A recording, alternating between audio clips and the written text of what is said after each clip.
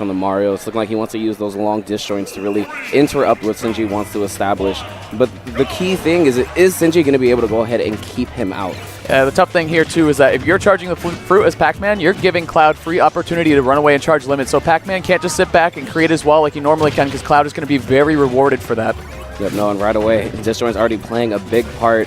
Blacktwins coming with that forward air, stuffing the forward air attempt of Sinji. That's another, I really like the way Blacktwins use that nair to cover himself from the approaching Hydrant. Really, he's showing some knowledge in this matchup, actually. I'm sure he practiced for it. The second you see Sinji on your side of the bracket, you know he's coming up. You got to start thinking about Pac-Man. You got to start practicing against one. Anyone's Pac-Man, man. You got to get used to the fruit and the Hydrant flying at you. No, definitely. I mean, at this point of the meta, when you see someone playing a character just like this, they know what they are doing. Yeah, you got it, especially Sinji. Recently, he won a big New York regional with a couple PGR members. He was able to defeat Locust and Light at that tournament. So Sinji, definitely no slouch at all. One of the best Pac-Man in the world, I have to say. All right, I like this so far from Blacktwins, kind of just running back and forth, not really giving an opening for Sinji to establish the fruits, and we're seeing actually a lot less of it. Sinji is just throwing it when he can get the little opportunities, but still trying to avoid all these hitboxes that Blacktwins has been tossing. Definitely, we're seeing the Hydrant come into play more and more from Sinji. I mean, Blacktwin does have the limit now, so Sinji can run away a little bit more, but Cloud is a little bit faster with the limit, so it's going to help him get around the wall that Sinji is trying to establish. No, right there. Blacktwins actually expecting a roar, some type of defensive option, but Sinji's still not giving it to him. Opting to just fall off stage instead and continuously, again, tossing out all these projectiles that he does have. Great back air coming out from Blacktwins, just making sure the Hydrant isn't a factor. I like that run-up trampoline, too, because that is an option that can defeats shield, too. So if you're sitting in your shield like Blacktwins has been doing, which is good to do against Pac-Man because his grab, not the best in the game, but that's going to be a reach-up of Smash. Nice job by Sinji taking first blood in this game 1. That was actually a beautiful pickup from Sinji, understanding that Blacktwins has just been basically empty hopping right in front of him, understanding that, toss out that bell, and got a free out smash just like we saw. Definitely. Yeah, it was good knowing the height of that too, when to release the bell, how to catch Cloud in the air. Cloud, you know, if you're jumping at Pac-Man, you got to know, especially if he has that bell, he's going to be tossing that at you and trying to catch you in the jump.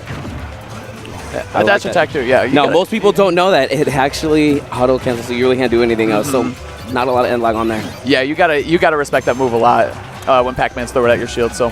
Here we see Sinji, you know, trying to extend his lead a little bit more, holding down center stage with the Hydrant, pushing Cloud off stage too, trying to get Blacktwins to use the limit up. Oh, okay. That was a great snipe with the strawberry right on the ledge. Using the orange a lot too. You know, one of the slower projectiles that Pac-Man has. I really like the way he's used that, and he's kind of caught it. The off tempo of it has caught Blacktwins a couple times, trying to dash in with this Cloud. No, definitely. I like the springs just kind of messing up Blacktwins' approach. And speaking of the Hydrant, the way that Blacktwins is kind of playing around it now, he's trying to ignore it, but now the water is playing a factor. And it's looking like, yo, he thought he had a solid game plan, but Sinji is showing him, you know, I know you got the basics, but you got to learn this advanced. Yep, exactly. There goes, the bell, going to go for a back air. Good option by Sinji. It's going to set up an edge guard opportunity and force Blacktwins to burn the limit. It's looking good for Sinji, but not anymore. Blacktwins, the retaliation dash attack, tying up the stocks here. Now we have a Rage Cloud trying to type this game against the Pac-Man. Oh, the melon. Oh, okay. I mean, you want to talk about a slow projectile that Pac-Man has. The melon slowly inching its way towards Cloud and connecting to take game 1. Well played by Sinji right there. No, like it basically covered his landing. Even if he did air dodge, he most likely was going to go ahead and get hit by that, because at the end of the melon, it actually lingers for a tiny bit. That's right. Yeah, very active, very slow hitbox. Good amount of power on it too. Definitely enough to take out that last stock from Blacktwins. You can see what the counter pick here is. It's tough too, because you got to think, like, I feel like Blacktwins, one thing that he was getting caught with was the orange and kind of running in and not getting his power shields up and getting around the projectiles. So I'd like to see him play. I think he played the initial parts of the matchup very well when he was the one charging limit and getting advantage from being far away from the Pac-Man. But once he got limit, that's where Sinji really took off with the matchup. No, exactly. And here we go. Blacktwins opting to stick with the Cloud. No Mario. I would have liked either pick, just because, you know, Mario gives you the cape. You can reflect those projectiles right back at Sinji, but, you know, to Blacktwins, he's like, you know what, that first game wasn't too bad. I understand what I need to go ahead and try to do, but let's see if he can apply it. Definitely. Yeah, and Pac-Man, you know, he's good at escaping from combos. He has the up B that can propel him out of Mario combos and stuff. And I think Pac-Man, it's just, against Cloud, it's just such a headache for Pac-Man. The Buster Sword, such a long, you know, powerful sword and tool in this matchup. But we're going to have to see Blacktwins do a little bit more with it. And there's a jab. Let's see if we can get something started. Sinji on the ledge, trying to find his way off. Yeah, I mean, specifically for Black, ooh, that was actually a really nice string. But no, to the Hydrant, I would love to see some more back airs out from Blacktwins instead of using the Nair. Because the Nair is not going to get rid of the Hydrant right away. If he's able to go ahead and space out with these back airs, keep continuously hitting them back to Sinji, it might change the whole dynamic of this match. Exactly. I mean, Blacktwins has been using, okay, up air, up air, up air. Oh, looking Mario? like Bayonetta or Mario, yeah. I mean, or Cloud, hey. Got a lot of up airs flying on the screen. I mean, up air is a good move in this game. For sure, for sure.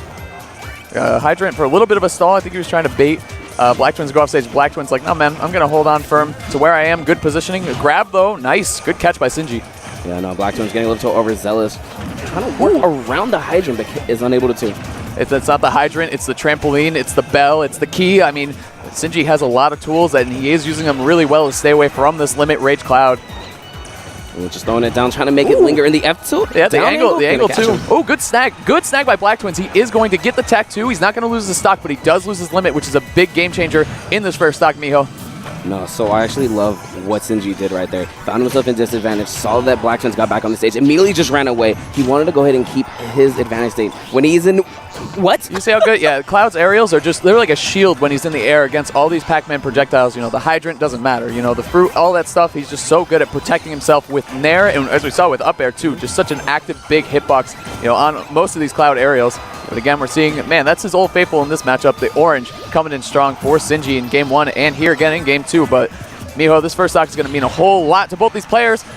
Ooh. And now it's going to be gone off of that dash attack. And Blacktwins actually taking, you know, this first stock lead so far in this set. Down throw leading into that forwarder. Not enough knockback, though. Yeah, the water supporting Sinji a little bit to get that follow-up. He's able to get a back air in that situation, too.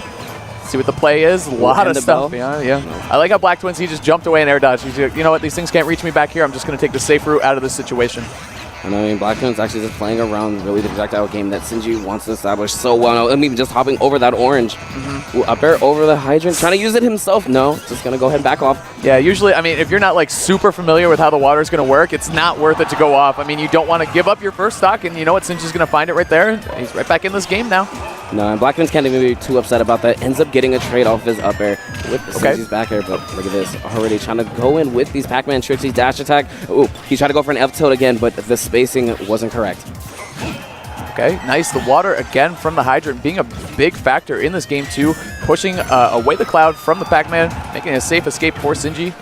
Another F tilt too. I like that option out of shield for Sinji. He's getting a lot of mileage out of it.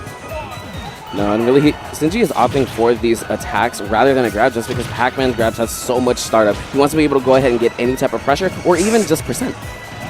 I like the use of the Hydrant right there, stalling Pac-Man a little bit and shifting his hurt boxes up as well. You know, Clouds are going to be looking for that up air like Blacktwin was. So Sinji, great evasion again, avoiding the limit, setting up the trampoline at the ledge. Let's see what the trap is. No, he's still in the air. Blacktwin's able to land with that up air. Now Sinji just backing off yet again. You know, finds himself at a very little deficit, but it is nothing really that he cannot do. All right, another Hydrant right there, charging it up. Ooh, going for the bell yet again. No key.